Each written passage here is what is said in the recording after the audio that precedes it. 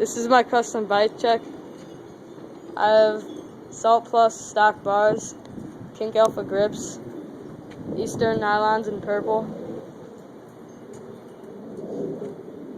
stolen convict stem,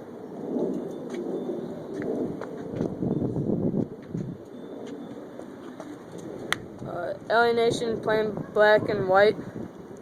I have a Haro hub. I have a Primo tire and premium stock fork. And then I just got an Eastern headset and premium deathtrap frame.